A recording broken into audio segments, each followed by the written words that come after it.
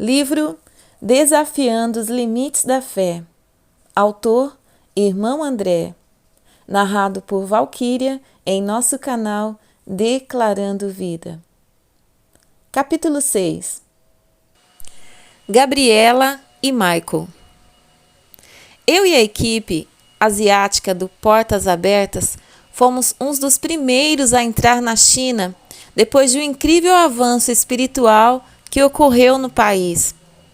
Já na conferência Amar a China, ouvimos inúmeros relatos e estatísticas sobre cristãos na China.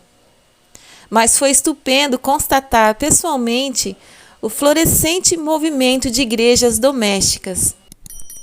Em vez de um grupo pequeno, desanimado, derrotado de cristãos, encontramos uma imensa rede de milhões de crentes, fortes, fundados em princípios ousados, corajosos e, sim, perseguidos. Um deles era uma simples mulher de Deus, a quem carinhosamente chamamos Mãe Qiwang. Chamada por Deus ainda jovem para servir como evangelizadora, ela percorreu todo o sul da China, pregando, ensinando e organizando igrejas domésticas. Anos antes de eu ter a alegria de conhecê-la, já ouvíamos relatos de centenas, milhares até de pessoas atraídas a Cristo por meio do seu ministério e também de muitas curas miraculosas. Por causa do seu corajoso testemunho, Mãe Qiwang foi presa e encarcerada em 3 ocasiões, mas continuou assim mesmo a partilhar sua fé com outros prisioneiros e os guardas, transformando muitos deles em seguidores de Cristo. Cada vez que era libertada, retomava a pregação e o ensino logo no dia seguinte. Da mesma forma, seu marido, um professor de matemática, ficou confinado a campo de trabalho forçado durante muitos anos. Quando ambos voltaram para casa, depois de seus últimos períodos de punição, Dona Qiwang novamente deu continuidade a seu ministério, mas vivia escondida a maior parte do tempo para se esquivar das autoridades. As igrejas domésticas no sul da China cresceram num ritmo alucinante sob sua liderança. Nas cidades onde a vigilância da polícia era mais forte, grupos de 3 ou 4 até 100 pessoas se reuniam em segredo para orar, adorar e ensinar. Mas nas distantes regiões rurais não era incomum reunirem-se 1000 ou mais crentes num só lugar. Com tantos novos crentes, Dona Qiwang percebeu a dramática necessidade de mais Bíblias. Fez um pedido urgente de 1000 escrituras via um dos colaboradores chineses da seção asiática do Portas Abertas. Até aquele momento, as equipes do Portas Abertas jamais haviam transportado mais do que 40 ou 50 Bíblias por vez por equipe. Por isso, uma encomenda desse tamanho representava um desafio maior e também um risco maior. Mas depois de muita oração e muito planejamento, o irmão Dave, sua esposa e outros 4 chineses conseguiram transportar 900 Bíblias dentro de uma bagagem. O cento final seguiu numa viagem separada. Embora fosse perigoso demais encontrar Mãe Qiwang nessa visita, mais tarde eles receberam uma mensagem que expressava como ela estava exultante pelos exemplares da Palavra de Deus. Todas as nossas entregas de Bíblias na China, grandes ou pequenas, vieram em resposta aos pedidos da igreja chinesa. Não íamos lá para impor-lhes nossos programas, mas para saber como poderíamos apoiar seu ministério. Sempre que nossa equipe asiática encontrava os cristãos chineses, tentava definir exatamente que tipos de Bíblias eram necessárias. Bíblias completas ou partes, versões adultas ou infantis, em que dialetos e assim por diante. Chegávamos a oferecer 2 formas de escrita chinesa, a mais antiga e tradicional, ainda usada hoje em Hong Kong e Taiwan. ou a nova escrita simplificada, introduzida pelo presidente Mao. Continuando seu trabalho de ensino e pregação, Dona Qiwang passou a sentir que o Senhor lhe falava, dizendo que um dia sua família deixaria o país para anunciar as necessidades da igreja chinesa ao resto do mundo. Infelizmente, sair do país era vedado por lei a qualquer um que tivesse passagem pela prisão.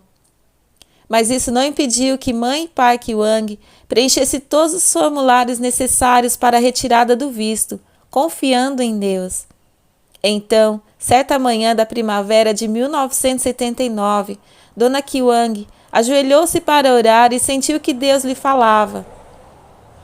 Dizia-lhe que sua família deixaria a China dentro de um mês. Crendo naquilo que ouvira, ela imediatamente começou a instruir os outros líderes para que dessem continuidade ao ministério. Ninguém da família fez qualquer tentativa de entrar em contato com as autoridades ou verificar a situação dos seus pedidos de vistos. Eles sabiam que Deus havia falado e contavam com o cumprimento da sua palavra, apesar das dúvidas de alguns dos cristãos. No último dia do mês, Dona Qiwang orou com todos os líderes que ela havia instruído e exortou-os a continuar a obra. Como era de esperar, já no dia seguinte um funcionário apareceu na casa deles. Acompanhem-me, disse ele. Vocês precisam ir até a delegacia de polícia. Seus vistos estão prontos. Um dia depois, os Qiwang chegaram em Hong Kong, para a surpresa de todos. O irmão Dave, que estivera em Hong Kong 3 dias antes de encomendar 30.000 novos testamentos junto à Sociedade Bíblica, pegou um avião em Manila e voltou voando para saudá-los. Ele ainda não os conhecia pessoalmente, mas vinham se comunicando com frequência e oravam uns pelos outros diariamente. E como Dave levara uma foto da família Qiwang na carteira, reconheceu-os imediatamente. Abraçaram-se calorosamente em meio a lágrimas de alegria. Então Dona Qiwang começou a narrar por intérprete a história de sua saída da China, dando todas as notícias dos crentes do país. O irmão Dave prontamente percebeu que ela não tinha a menor intenção de interromper seu ministério agora que estava livre. Queria continuar a fortalecer a igreja chinesa e reunir-se com Dave para traçar a estratégia. Sem dúvida, isso exigiria mais escrituras. De quantas Bíblias os crentes precisam de imediato? Perguntou ele.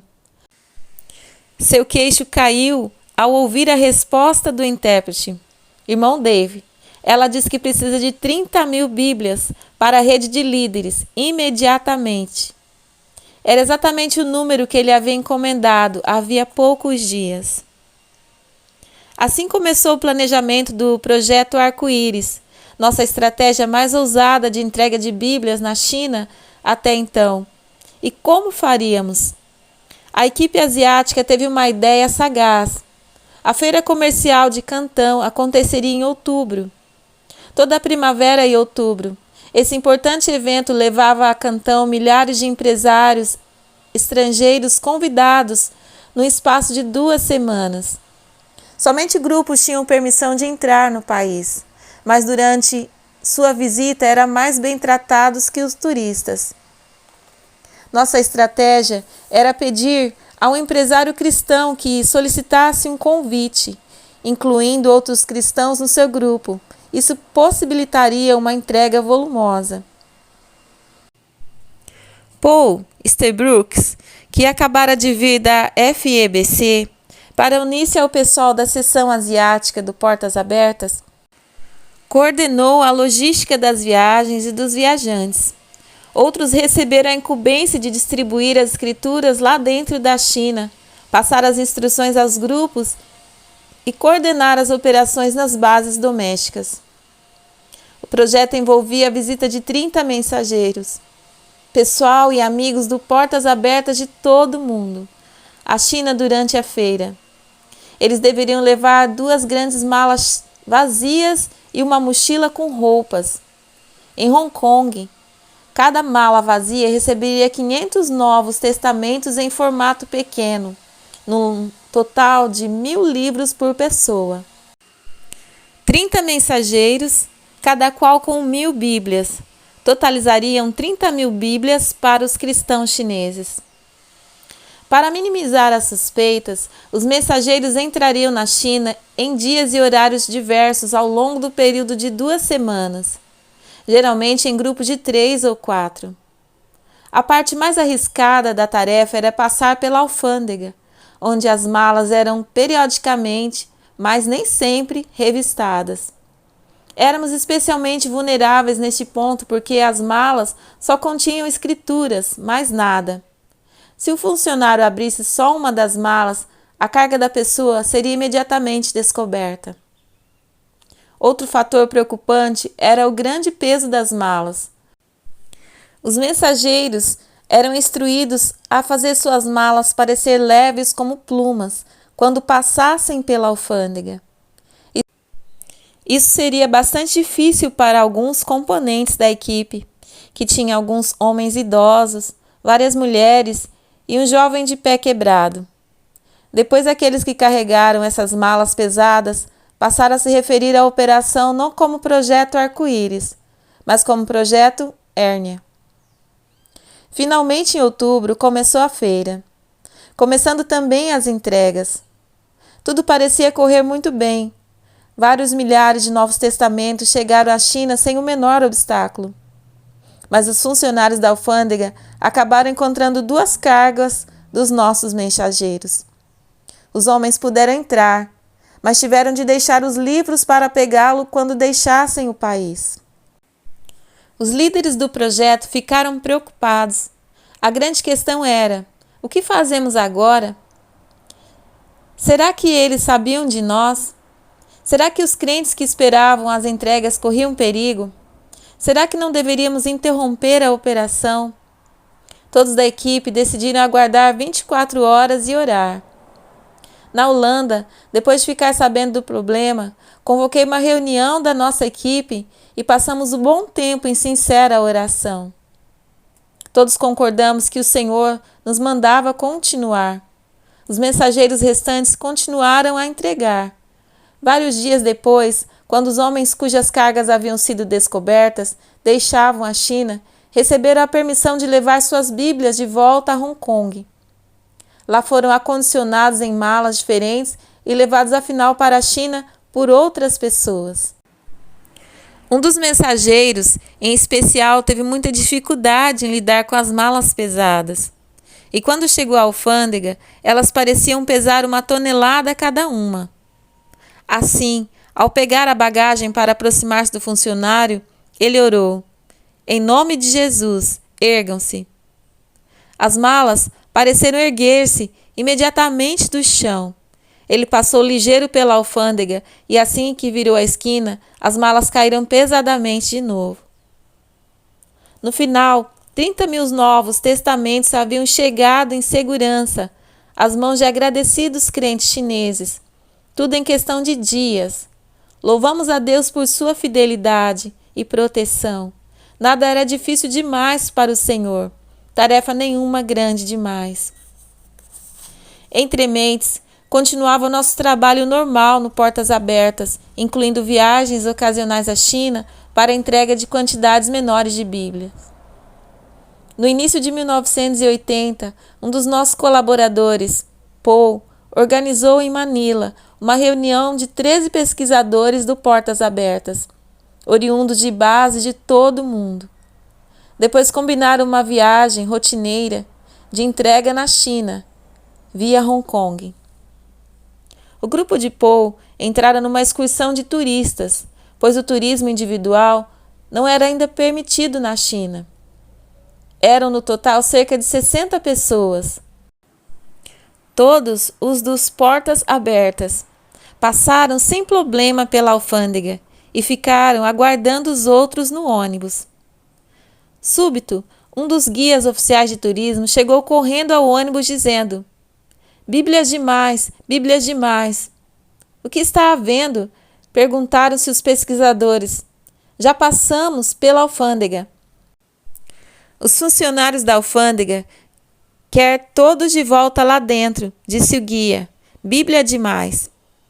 Então deixaram as mochilas no ônibus e voltaram até a alfândega. 2 turistas japoneses cristãos, desconhecidos dos nossos, haviam levado bíblias e inários, mas tinham estufado tanto suas sacolas que o contorno dos livros transparecia, atraindo a atenção dos funcionários. Depois dessa descoberta, os funcionários da alfândega pensaram: talvez outros do grupo também tenham bíblias. Então, fizeram todos os 60 do grupo abrir as malas, que ainda não haviam sido acomodadas no ônibus. Encontraram também praticamente todas as bíblias do Portas Abertas. De início, todos ficaram transtornados. Os turistas japoneses estavam irritados com os funcionários da alfândega. O pessoal do Portas Abertas estava irritado porque sua estratégia fora anulada pelo descuido de outras pessoas. E todos os outros que não tinham levado bíblias estavam irritados porque os cristãos haviam perturbado a viagem. Era de fato uma situação esquisita.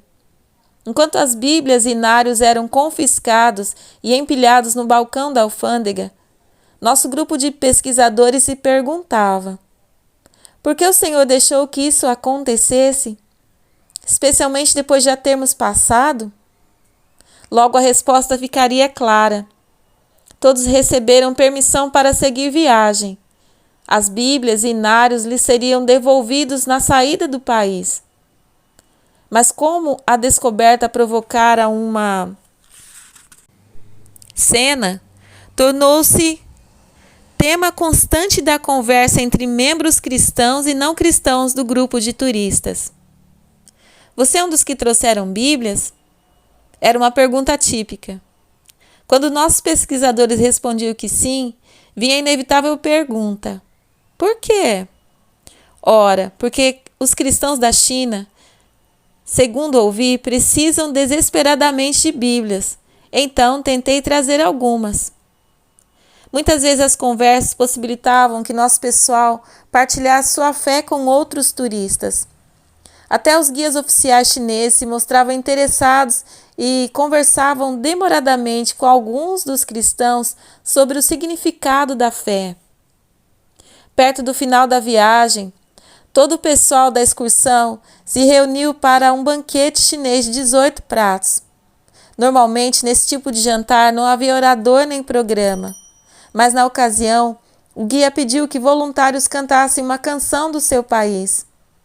Vários se puseram de pé e cantaram uma canção da sua terra.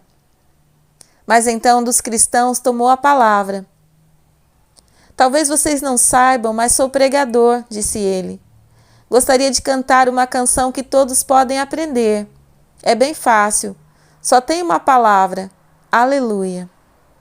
Quando começou a cantar, os outros cristãos se juntaram a ele, depois dividiram-se em 4 grupos vocais, até que o canto tomou todo o salão. A seguir, outro cristão cantou: buscai primeiro o reino de Deus. Depois veio Graça Maravilhosa e outros hinos. A certa altura, o guia turístico entrou, não para interromper o canto, mas para perguntar se o grupo conhecia uma certa melodia. Quando cantarolou a música, viram que era hino de Batalha de República, e o cantaram também.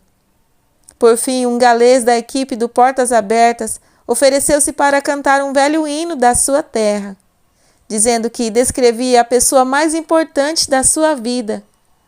As palavras falavam com muito fervor sobre o sangue de Cristo e a sua morte na cruz pelos pecados do mundo.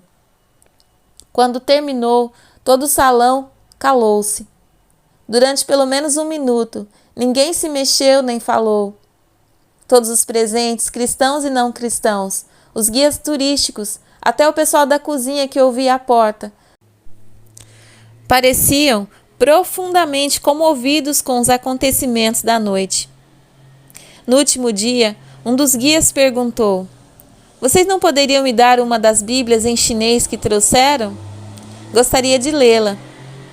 Nosso pessoal havia conseguido levar muitas escrituras nas mochilas, e teve todo o prazer em atender o pedido. Enquanto isso, outro crente ofereceu ao mesmo guia sua Bíblia de estudo em inglês. Quando chegou a hora de partir, ele perguntou ao guia se ainda a queria. "Ah, claro que sim", respondeu o guia, "mas não agora, pois estou sendo vigiado. Quando virarmos a esquina, você pode me entregar." Pouco depois, o guia tinha uma Bíblia em chinês e outra em inglês.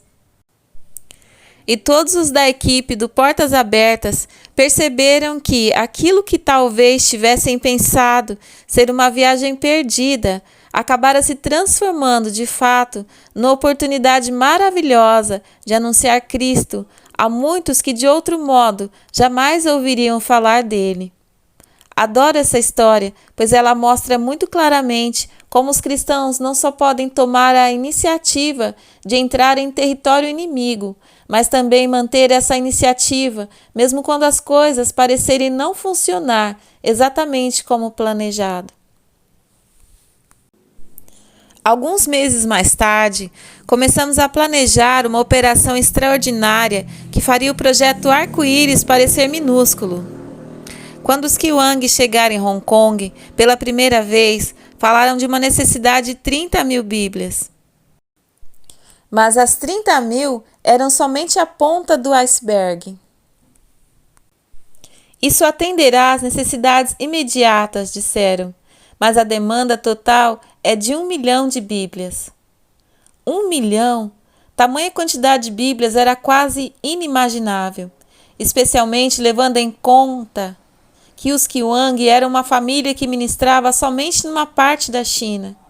Eles pediam só Bíblias suficientes para atender às necessidades que conheciam pessoalmente.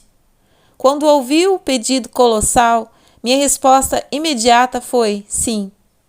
Sou forçado a admitir que não tinha a menor ideia do que era o fato de 1 milhão de Bíblias.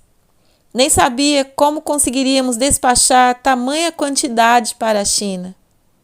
Tampouco creio que os crentes chineses soubessem realmente o que estavam pedindo. Mas como jovens casais que no dia do casamento dizem sim, só mais tarde, percebendo aquilo que fizeram, acabamos aceitando o desafio, confiando que Deus nos mostraria os caminhos e os meios. Assim, depois do sucesso do projeto Arco-Íris, sabíamos que era hora de orar pelo suprimento de 1 milhão de Bíblias.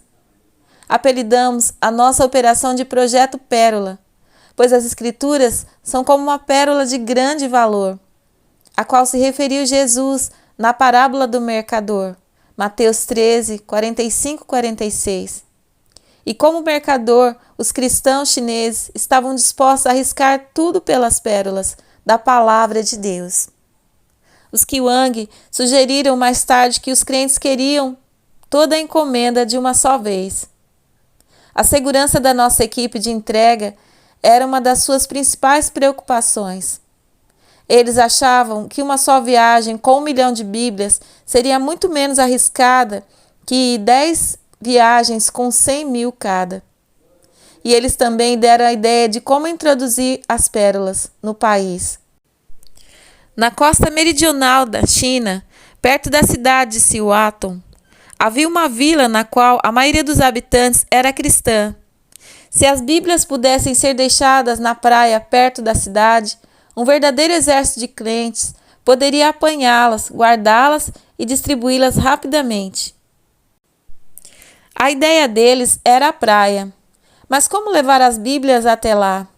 Era isso que tínhamos de imaginar. Então, eu e a equipe asiática do Portas Abertas passamos muitas horas em oração e fizemos muita pesquisa.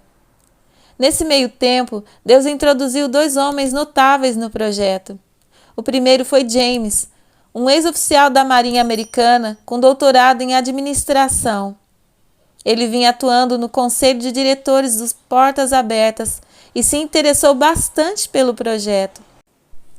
James procurou alguns amigos que trabalhavam num órgão de pesquisa de Washington, D.C. e lhes propôs uma tarefa. Se vocês tivessem de transportar furtivamente 232 toneladas de carga para um país estrangeiro, como fariam? Nada disse sobre o país ou a natureza da carga.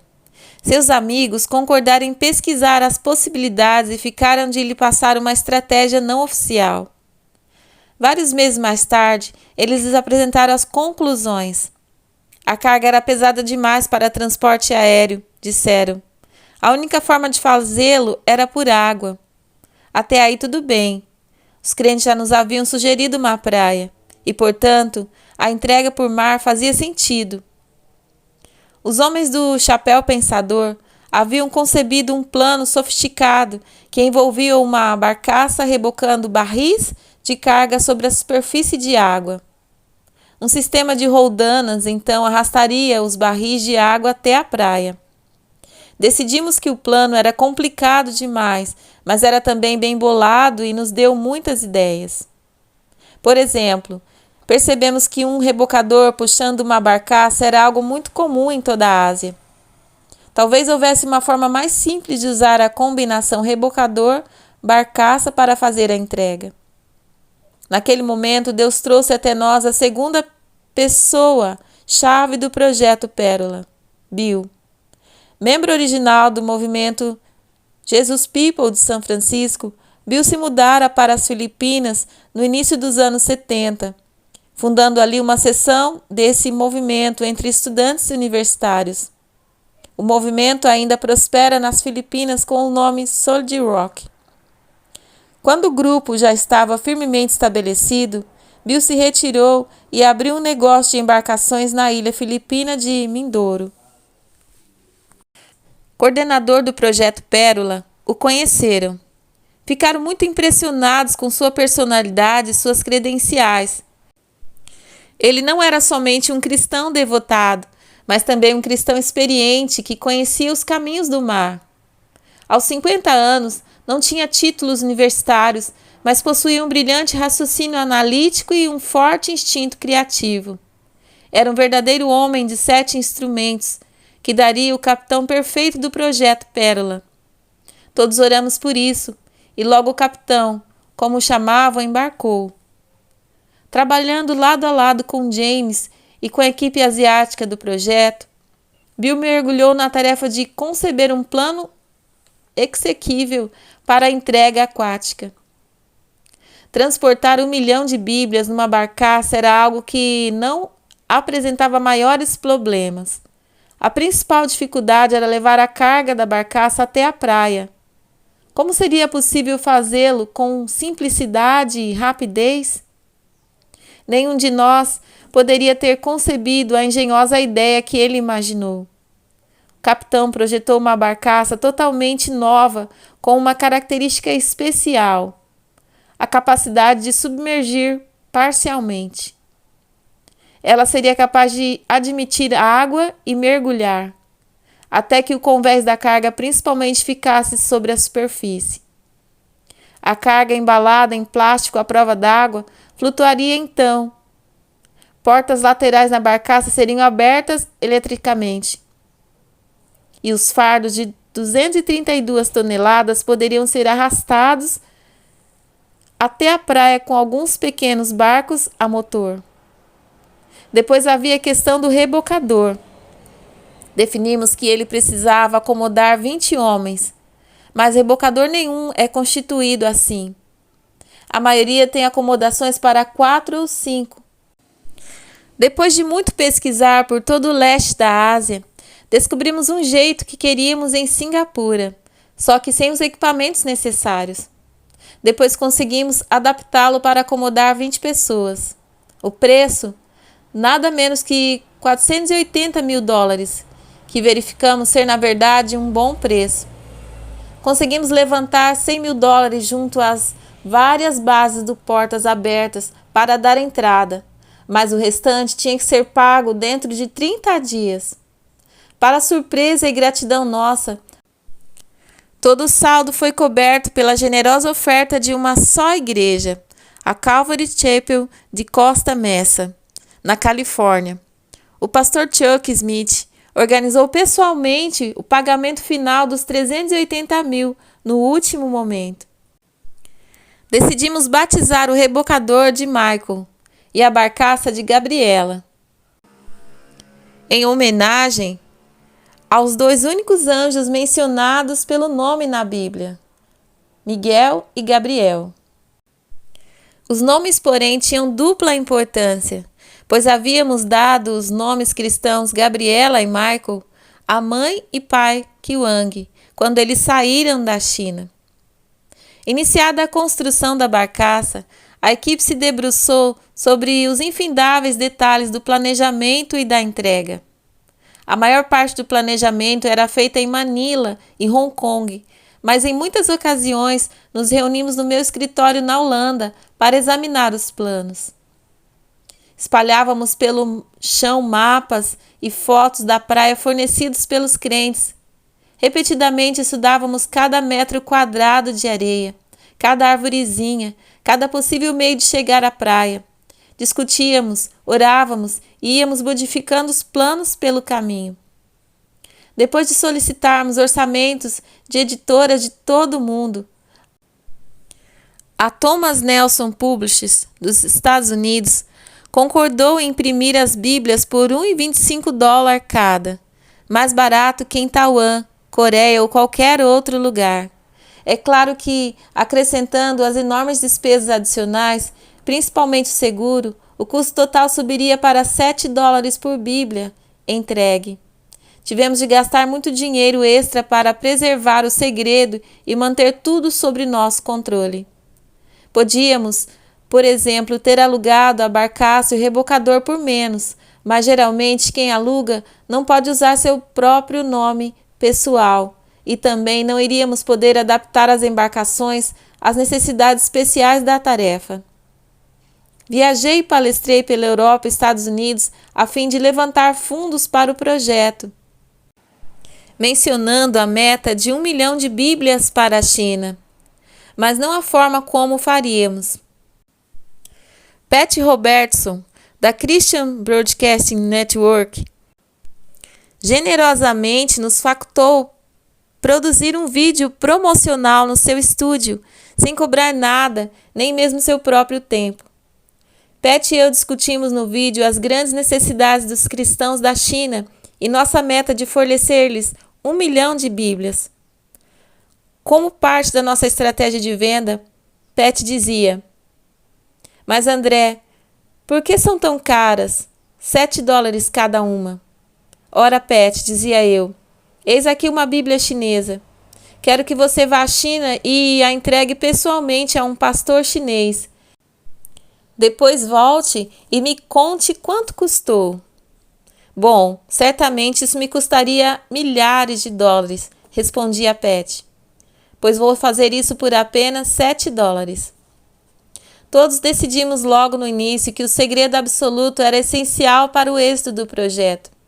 Porém, mais importante ainda era, em oração, entregar cada pessoa, cada tarefa, cada detalhe do projeto, pérola, nas mãos do Senhor.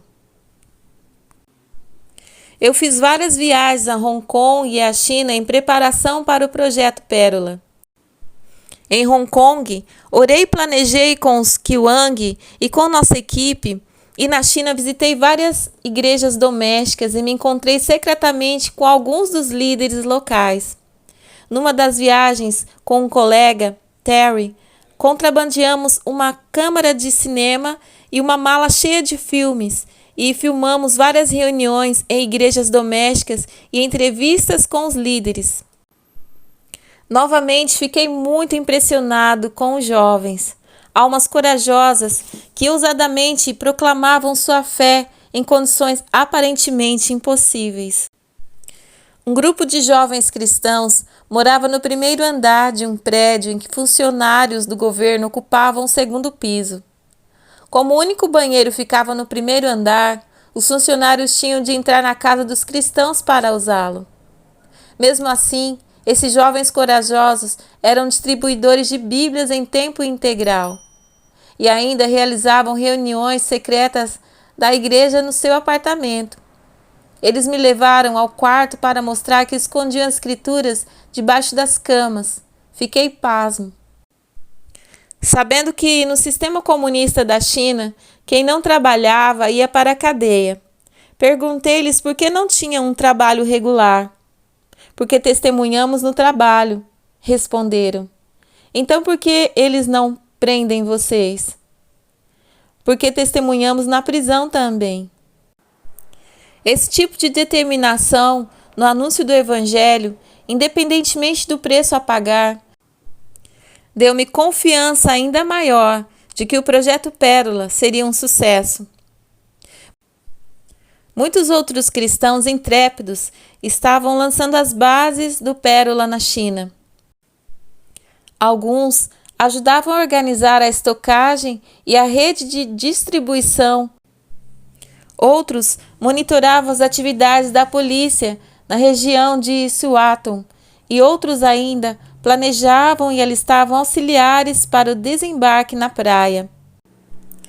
Um membro da equipe da China, Joseph, entrava e saía da China via Hong Kong e permanecia em contato com os crentes. Enquanto dávamos continuidade às reuniões e ao planejamento fora da China, nosso principal estrategista, James, queria informações mais específicas dos crentes lá dentro. Queria também ter certeza de que eles tinham consciência da enorme tarefa e estavam dispostos a assumir os riscos. Assim, Joseph foi à China e se encontrou com 5 líderes de igrejas domésticas que eram os principais organizadores do projeto lá dentro. Sentando-se, disse: "Tenho uma lista de perguntas que meus colegas me pediram para fazer a vocês." "Pode fazer", disseram. "Antes de tudo, vocês têm ideia de quanto espaço ocupam 1 milhão de Bíblias?" Ele explicou que ocupariam cerca de 20 salas daquele tamanho, do piso ao teto, de parede a parede. "Joseph", disseram, "sabemos bem o quanto é isso. Temos um plano. Já preparamos alguns locais de estocagem. Basta trazê-las para nós." "Tudo bem", falou ele. "Segunda pergunta. Vocês sabem o que poderia acontecer se fossem pegos mesmo com uma pequena parcela dessas muitas Bíblias?" "Joseph, nós 5 já estivemos na prisão por causa do Senhor muitas e muitas vezes. Somando todo o tempo, já passamos um total de 72 anos na cadeia por Jesus. Estamos dispostos a morrer para que 1 milhão de irmãos e irmãs possam ter um exemplar da palavra de Deus." Os olhos de Joseph se marejaram. Ficou ali sentado em silêncio com eles por um momento. Depois dobrou sua longa lista de perguntas e a aguardou. Voltando a Hong Kong, disse o seguinte à equipe da Ásia: "Simplesmente não pude fazer mais perguntas." Alguns desses líderes das igrejas domésticas foram de fato perseguidos depois do Pérola, mas desde o início estavam preparados para morrer se necessário, a fim de vê-lo realizado. Para eles, uma questão de vida ou morte. Depois de um ano de intenso planejamento, marcamos a data para a entrega na praia. A noite da véspera do domingo, de Páscoa, 19 de abril de 1981. Há tantos exemplos de como Deus arranjou miraculosamente pessoas, planos e recursos financeiros, que nem posso relatar todos eles. Quando chegou abril, estávamos absolutamente certos de que o Pérola seria um sucesso.